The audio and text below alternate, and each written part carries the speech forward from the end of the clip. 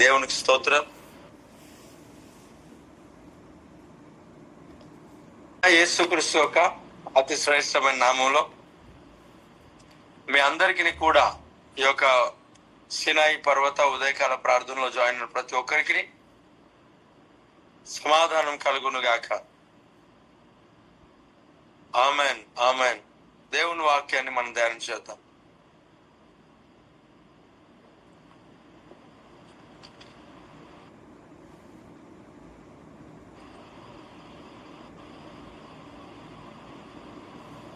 దేవునికి స్తోత్రం.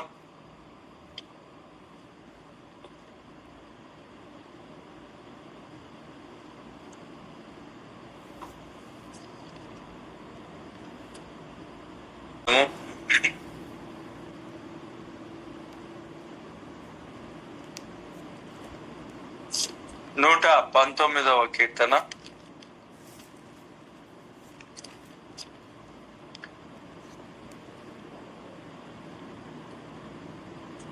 119వ కీర్తన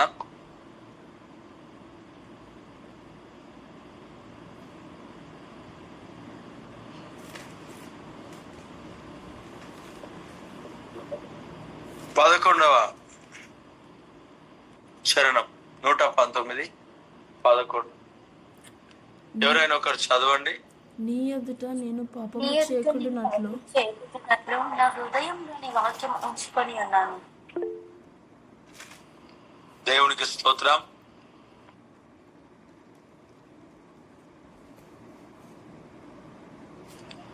దేవుని బిడ్డలారా, ఇక్కడ మనకు 119వ కీర్తనలో 11వ చరణంలో మనకు కనబడుతున్న మాట, నీ ఎదుట నేను పాపం చేయకున్నట్లు నా హృదయంలో నీ వాక్యము ఉంచుకొని ఉన్నాను.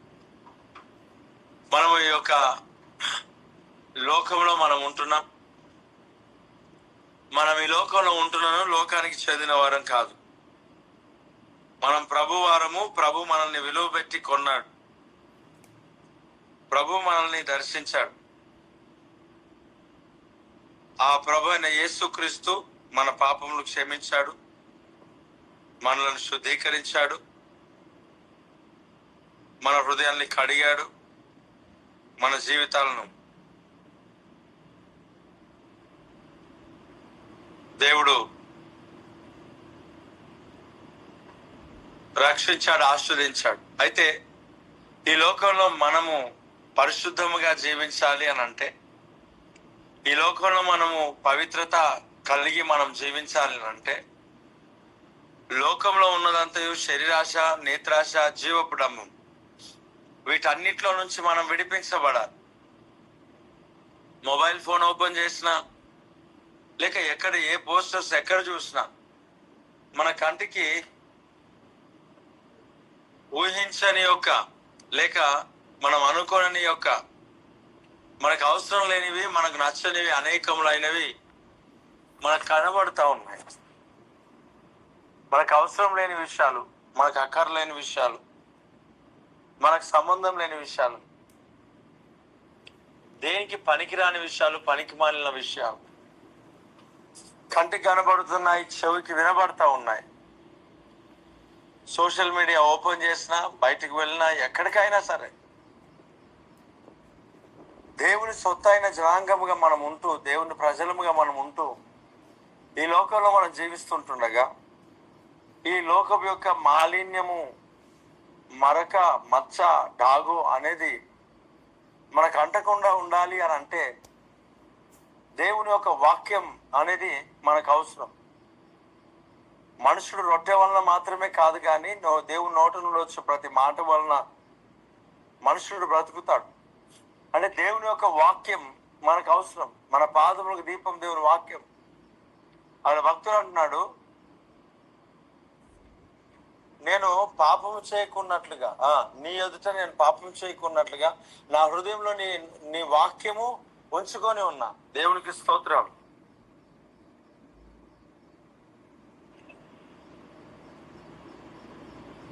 అక్కడ భక్తుడు అంటున్నాడు, నీ ఎదుట పాపం చేయకున్నట్లు. నిజంగా అనేక మంది జీవితాలు వారికి వారు నీతిమంతులే, అనేకుల ఎదుట నీతిమంతులే. కానీ దేవుని ఎదుట ఎలాగున్నారు? భక్తుడు దావీదు గారు, రాజు గారు ఇలాగ అంటారు, ప్రభా నేను నీ ఎదుటనే పాపం చేశాను. అంటే ఎవరికి తెలియదు, ఆ పాపం ఎవరికి తెలియదు, యవాబుకు తప్ప ఎవరికి తెలియదు. యవాబుకు కూడా ఊరియాని చంపించడం తప్ప బెత్షెబా విషయంలో తెలియదు. కానీ తర్వాత ఆయన క్రియలను బట్టి అర్థమవుతాయి కదా ఎందుకు ఆ పని చేశాడని. ఆ దావీదు గారు ఏదైతే తప్పు చేశాడో అది దేవునికి తప్ప ఎవరికి తెలియదు, మనుషులకి. ప్రవక్తకు తెలుసు, అది దేవుడు చెప్పిన దాన్ని బట్టి తెలుసు. నిజంగా ఎంత సీక్రెట్ సిన్ అది. మన సీక్రెట్ సిన్ ఎవరికి తెలియదు, మన లోపల ఉన్న పాపం ఎవరికి తెలియదు. హృదయాన్ని శుద్ధీకరించే దేవుడే, హృదయాన్ని పరిశీలించే దేవుడే, మన జీవితాలను చూసేది దేవుడే. మన పైవేశాన్ని కాదు, ఆయన అంతరంగమును లక్ష్య పెట్టువాడు ఆయన. స్తోత్రం. అంతరంగమును పరిశీలించు యేసయ్యా, స్థిర మనసుతో నీ సేవను సాగు నిమ్మయ, నా మదిని కోవెలగా మలచుకోవయా, నా హృదిలో రాజుగా నిలిచిపోవయా. దేవుడు మన హృదయాన్ని కొడుతున్నాడు. మనం అంతరంగంలో సత్యం, ఆయన అంతరంగంలో సత్యం కోరుతున్నాడంట. నీవు అంతరంగంలో సత్యమును కోరుతున్నావు అంటాడు. నేను నీ ఎదుటనే పాపం చేసి ఉన్నాను అంటాడు. 51వ కీర్తనలో చెప్తాడు ఈ రెండు మాటలు కూడా. ప్రియ దేవుని బిడ్డలారా, మనము దేవుని ఎదుట పాపం చేయకుండా అంటే ఇంకా ఇంతకంటే సీక్రెట్ సిన్ లేదనమాట. దేవుడు కనిపెట్టే పాపం అంటే ఎక్కడ ఏ మూలకు దాగి ఏం చేసినా ఆయన కళ్ళ దృష్టికి మనకు కనిపిస్తాం కదా. కాబట్టి దేవుని ఎదుట మనం పాపం చేయకుండా ఉండాలని అంటే ఏం అవసరం అంట?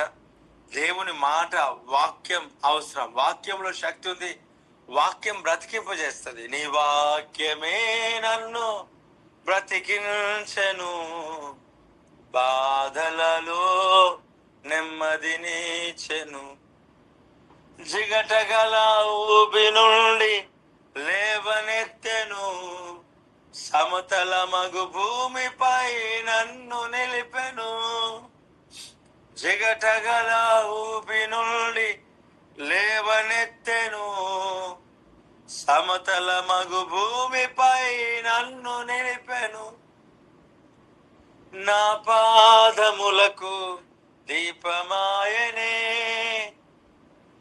నా పాదములకు దీపమాయనే, సత్యమైన మార్గములో నడుపుచుండెను, సత్యమైన మార్గములో నడుపుచుండెను, నీ వాక్యమే నన్ను బ్రతికించెను, బాధలలో నెమ్మదినిచ్చెను. దేవుని వాక్యం మన జీవితంలో ఆదరించేది, ఓదార్చేది. మనం ఆయన ఎదుట పాపం చేయకున్నట్లుగా మన హృదయాల్లో దేవుని వాక్యం ఉంచుకోవాలి, కాపాడుతుంది దేవుని వాక్యం పాపం చేయకుండా. యోసేపు ఒక హృదయంలో దేవుని వాక్యం ఉంది కనుక దేవుని ఎదుట ఆయన పాపం చేయలేదు. ఆయన అంటాడు, నేను ఇంత నీచకమైన కార్యాన్ని నేను దేవుని ఎదుట ఎలా చేస్తా? దేవుని కనుదృష్టికి నేను పాపం చేయను. దేవుడు చూస్తున్నాడు కదా. ప్రియ దేవుని బిడ్డలారా, లోకంలో మనం జీవించాలి అంటే, లోకంలో పరిశుద్ధత కావాలంటే దేవుని వాక్యం కావాలి. ప్రతిదినం వాక్యం చదువు, వాక్య ప్రకారంగా జీవించు, సంఘ సహవాసంలో ఉండు. ఈ మాటలు నీ జీవితంలో దేవుడు ఆశ్చర్యకరంగా మార్చి నిలవబెట్టును గాక. ఆమేన్. మహోన్నతుడా, కృపగల తండ్రి, ఈ వాక్యం ప్రతి బిడ్డ జీవితంలో ఫలభరితంగా మార్చి మహిమ పొందుకు, దీవెనకరంగా మార్చమని యేసు నామములో అడుగుచున్నాను తండ్రి. ఆమేన్. ఆమేన్.